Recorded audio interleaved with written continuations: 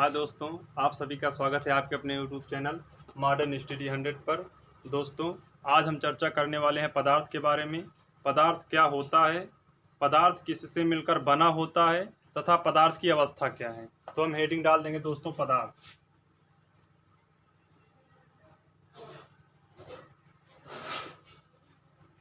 हम कह सकते हैं दोस्तों, संसार की कोई भी चीज़ जो स्थान घेरती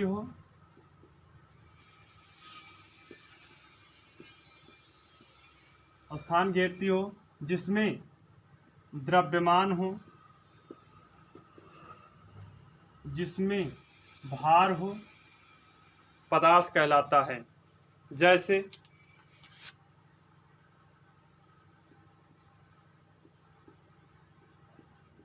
ईंट, कुर्सी, मेज आदि। अर्थात हम कह सकते हैं, संसार की कोई भी चीज़ जो हम देख सकते हैं, अपनी ज्ञानेंद्रियों द्वारा महसूस कर सकते हैं, उसको हम लोग पदार्थ कहते हैं। और जो पदार्थ होता है वो अणुओं से मिलकर बना होता है। पदार्थ जो होता है किससे मिलकर बना होता है? अणुओं से मिलकर बना होता है। अणुओं से मिलकर, और प्रत्येक अणु में आकर्षण बल होता है।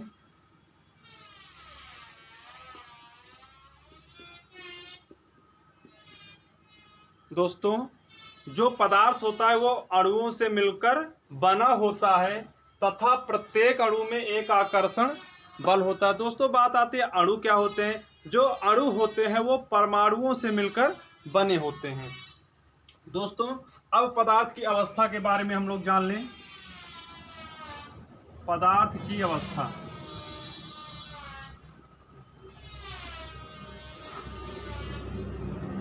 दोस्तों पदार्थ की अवस्था होती तो 5 है।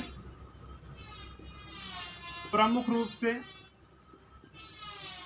3 का अध्ययन हम लोग करते हैं, जो कि पहला ठोस अवस्था, दूसरी अवस्था हमारी द्रव अवस्था, और तीसरी अवस्था हमारी गैस अवस्था की है। गैस अवस्था की है। दोस्तों, हम ये अवस्थाएं फिगर के माध्यम से समझेंगे। पहली अवस्था के बारे में हम लोग समझेंगे, ठोस अवस्था। फिगर उसका कुछ इस प्रकार से,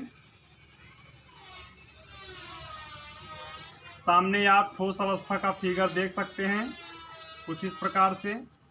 और दूसरा हम द्रव कुछ इस प्रकार से, और तीसरा फिगर हमारा गैस का है, जो इस प्रकार से कुछ हम लोग लिख देंगे। यह है किसका? ठोस अवस्था। ये गैस अवस्था, नहीं सॉरी, ये है द्रव अवस्था, और ये हमारा गैस अवस्था। दोस्तों, अवस्थाओं को हम फिगर के माध्यम से समझेंगे। आपको हम पहले बता चुके हैं कि जो पदार्थ होता है वो अणुओं से मिलकर बना होता है। तो ये जो ठोस अवस्था का फिगर आप देख रहे हैं, इसमें अणु देख रहे हैं छोटे छोटे, लेकिन वो अणु इस प्रकार हैं कि एक अणु दूसरे अणु से बिल्कुल सटे हुए हैं। इसका कारण क्या है? जो इनके बीच का आकर्षण बल है, वो अत्यधिक ज़्यादा है। अत्यधिक ज़्यादा होने के कारण एक अणु दूसरे अणु से बिल्कुल सटे हुए हैं, जिसके कारण से जो अवस्था पाई जाती है वो अवस्था ठोस अवस्था की है। दोस्तों, द्रव अवस्था का फिगर आप सामने देख रहे होंगे। इसमें कुछ न कुछ आपको डिफरेंट दिखाई पड़ रहा होगा ठोस अवस्था से। इसमें है क्या? एक अणु दूसरे अणु के बीच जो खाली स्पेस आपको दिखाई पड़ रहा है, उसका कारण क्या है कि जो द्रव अवस्था के अणु होते हैं, जो उनके बीच का आकर्षण बल होता है, वो ठोस अवस्था की अपेक्षा कम होता है। क्या होता है? ठोस अवस्था की अपेक्षा कम होता है, जिसके कारण से एक अणु दूसरे अणु से बिल्कुल सटे हुए नहीं होते हैं, जिसके कारण से प्राप्त अवस्था द्रव अवस्था की है। दोस्तों गैस अवस्था का फिगर आप देख रहे होंगे, एक अणु यहाँ तो दूसरा यहाँ, तीसरा यहाँ तो चौथा यहाँ।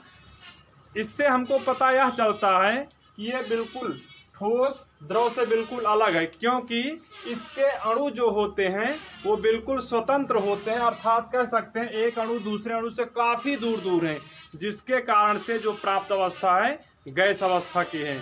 आई होप कि आपको समझ में आ गया होगा। धन्यवाद।